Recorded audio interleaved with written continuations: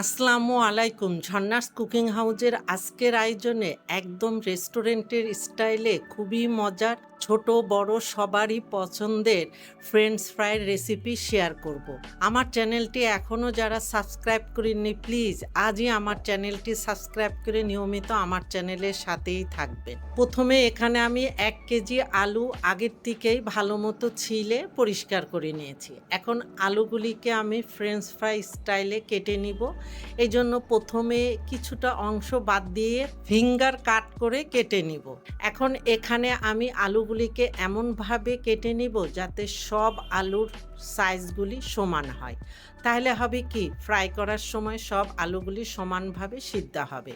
আলুগুলি ঠিক এইভাবে কেটে নেব। সব আলুগুলি কাটা আমার হয়ে গিয়েছে।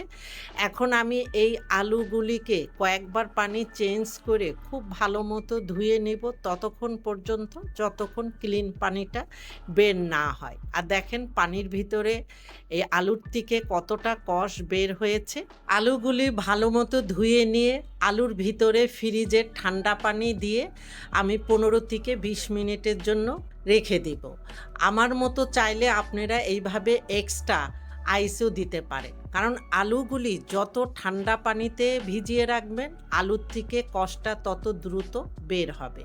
এখন আমি 20 মিনিটের জন্য অপেক্ষা করব। আর এদিকে চুলায় আগের থেকে একটি প্যানে বেশ কিছুটা পানি দিয়ে আমি ফুটিয়ে নিয়েছি।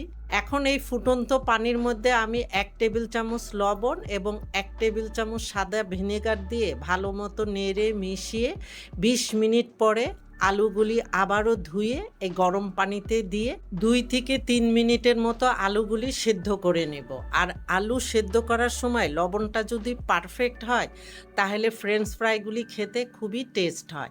3 মিনিট পরে আমি আলুগুলি একটি পাত্রে তুলে নিচ্ছি। আলুগুলি তুলে নেওয়ার পরে এখানে আমি 1/4 কাপ কর্নফ্লাওয়ার অথবা চালের গুঁড়া দিয়ে আলুর সাথে খুব ভালো মতো কর্নফ্লাওয়ার মেখে নিতে হবে। প্রতিটা আলু যেন কর্নফ্লাওয়ারে ভালো মতো কোট হয়। চালের গুঁড়াই দেন বা কর্নফ্লাওয়ারই দেন, পরিমাণে বেশি দিতে যাবেন না, তাহলে ফ্রেঞ্চ ফ্রাইগুলি খুবই হার্ড হয়ে যাবে, খেতে ভালো লাগবে না। এখন এই অবস্থায় ঢেকে ডিপ ফ্রিজে আমি 1.5 থেকে 2 ঘন্টার জন্য রেখে দিব।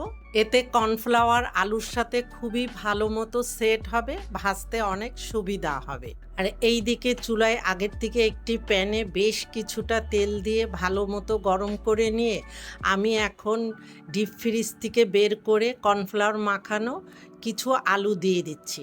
তবে আলুগুলি একবারই দিতে যাবেন না, 2 থেকে 3 বা 4 বারে আপনাদের সুবিধা মতো ভেজে নেবেন, এতে আলুগুলি ভালো মতো ভাজা হয়ে যাবে। এখন এই আলুগুলি হালকা গোল্ডেন কালার করে ভেজে নেব। যখন আলুগুলি এরকম হালকা গোল্ডেন কালার হবে তখন আমি আলুগুলি তুলে নেব, কারণ আমি দ্বিতীয়বারের জন্য আলুগুলি আবার ফ্রাই করব। এতে ফ্রেঞ্চ ফ্রাইগুলির উপরে খুবই ক্রিস্পি আর ভিতরে সফট হবে, আর এই ফ্রেঞ্চ ফ্রাইগুলি খেতে খুবই মজার হবে। এইভাবে আমি সবগুলি আলু ভেজে নেব। প্রথমবারের মতো সব ফ্রেঞ্চ ফ্রাইগুলি ভাজা হয়ে গিয়েছে। এখন এই ফ্রেঞ্চ ফ্রাইগুলি ঠান্ডা হওয়ার জন্য আমি কিছুক্ষণ রেখে দিব।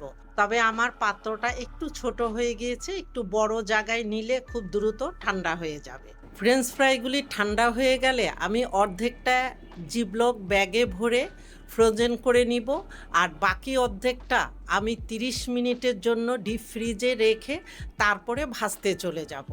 এখন চুলায় ওই একই তেল ভালো মতো গরম করে নিয়ে এখন চুলার হিট মিডিয়ামে রেখে ডিপ ফ্রিজ থেকে ফ্রেঞ্চ ফ্রাইগুলি বের করে সরাসরি তেলে দিয়ে কয়েকবার উল্টিয়ে পাল্টিয়ে হালকা গোল্ডেন কালার করে ফ্রেঞ্চ ফ্রাইগুলি ভেজে নেব।